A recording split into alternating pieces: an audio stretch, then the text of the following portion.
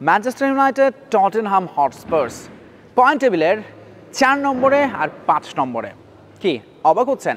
Normally সেটাই হওয়ার কথা। সাধারণত সিজনের পর সিজন ইংলিশ প্রিমিয়ার লিগের বা ইংল্যান্ডের টপ 6 বা বিগ 6 যাদের বলা হয় তাদের অন্যতম টটেনহাম এবং ম্যানচেস্টার ইউনাইটেড টেবিলের এরকম অবস্থানে থাকার কথা। এবারও তাই আছে, শুধু পার্থক্যটা এটাই, আপনাকে এবারে সেটা নিচ থেকে পড়তে হবে অথবা জাস্ট পয়েন্ট টেবিলটা উল্টে দিতে হবে। অর্থাৎ পেছনের দিক থেকে তারা 4 এবং 5 নম্বরে, 16 নম্বরে ম্যানচেস্টার ইউনাইটেড, 17 নম্বরে টটেনহাম হটস্পার্স, 18, 19, 20 যে তিনটা রেলিগেটেড হয়েছে তাদের থেকে সামান্য উপরে থেকে নিজেদের মানিজ্যটা বাঁচিয়েছে, বাট অ্যাকচুয়ালি কি বাঁচাতে পেরেছে?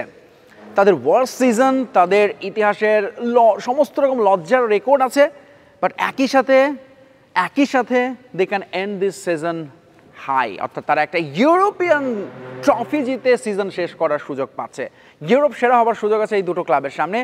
ইউরোপা লিগ ফাইনালে তারা মুখোমুখি হতে যাচ্ছে, অনেক হিসেব নিকে সব কিছু। বাট তার আগে একবার ভাবেন তো, ম্যানচেস্টার ইউনাইটেড একটা সিজনে সবচেয়ে বেশি কতগুলো ম্যাচ হেরেছে?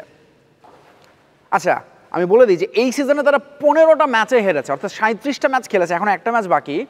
তার মধ্যে 15টা ম্যাচে হেরেছে ইংল্যান্ডের বিখ্যাত রেড ডেভিলস, বিখ্যাত ম্যানচেস্টার ইউনাইটেড ক্লাব, যারা একজন ফার্গির সেই উত্তরসূরি এই ক্লাবটার। অনেক রকম প্রশ্ন উত্তর হয়তো আছে, থাকতে পারে, কিন্তু এটাই আসলে তাদের সর্বোচ্চ হারের রেকর্ড। এক সিজনে 15টা ম্যাচ তারা কখনো হারেনি, এত কম পয়েন্ট তারা কখনো পায়নি। In fact same goes with Tottenham Hotspurs. তারা কতগুলো ম্যাচ হেরেছে? 21টা ম্যাচে হেরেছে।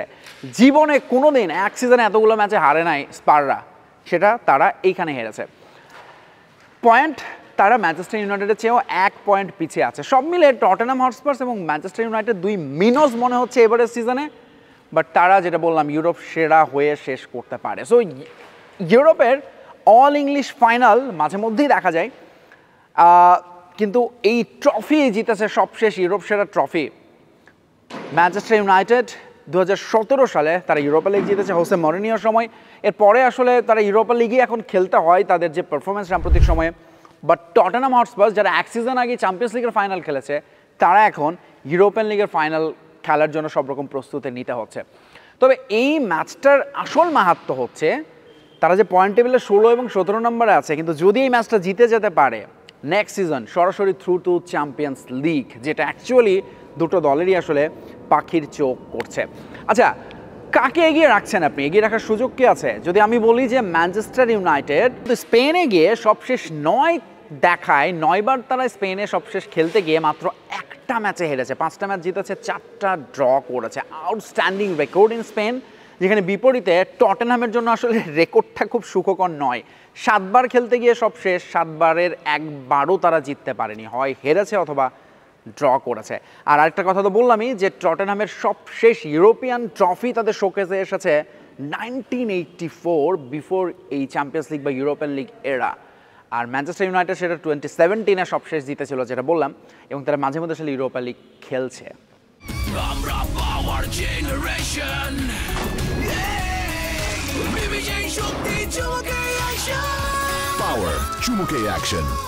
এবার আমি আরেকটা বিপরীত পরিসংখ্যান দিই, সেটা হচ্ছে এই সিজনে ইউরোপা লিগে অপরাজিত এখন পর্যন্ত ম্যানচেস্টার ইউনাইটেড একটা ম্যাচও হারেনি। এখানে অপরাজিত চ্যাম্পিয়ন হওয়ার রেকর্ড আছে এর আগে আরও একটা ইংলিশ ক্লাবের। কিন্তু ম্যানচেস্টার ইউনাইটেডের যেটা ইউনিক ব্যাপার, তারা আবার লাস্ট 8টা প্রিমিয়ার লিগ ম্যাচে একটা ম্যাচও জিততে পারেনি। মানে একটা দল চ্যাম্পিয়ন্স লিগের টানা জিতে চলেছে, ইউরোপা লিগে দুঃখিত, কিন্তু সেই একই দল ঘরের মাঠে মানে ঘরোয়া কম্পিটিশনে একটা ম্যাচও জিততে পারছে না। এবং এই যে তারা জিততে পারছে না, এর মধ্যে আরেকটা মজার ব্যাপার হচ্ছে টটেনহামের কাছে তারা এই সিজনে একটা ম্যাচও জিততে পারেনি। টটেনহাম হটস্পার্স 2 বার প্রিমিয়ার লিগে তাদেরকে হারিয়েছে, টটেনহাম হটস্পার্স তাদেরকে লিগ কাপে হারিয়েছে।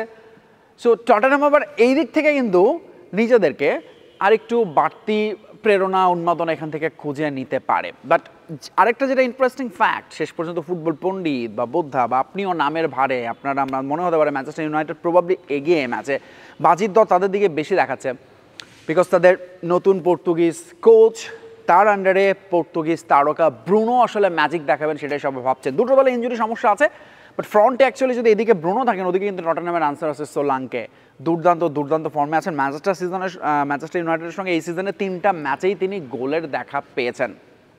সো ইউরোপা লিগ ফাইনাল নিয়ে যখন কথা বলছি টটেনহাম এবং ম্যানচেস্টার ইউনাইটেডের মধ্যে, বাট একই সঙ্গে আবার এই দুটো ক্লাব নিজেদের ওয়ার্স্ট সিজন দেখেছে, বাট একই সঙ্গে কিন্তু এখনও সুযোগ আছে ইউরোপা লিগ জিতে সিজনটা হেড হাই করে শেষ করার।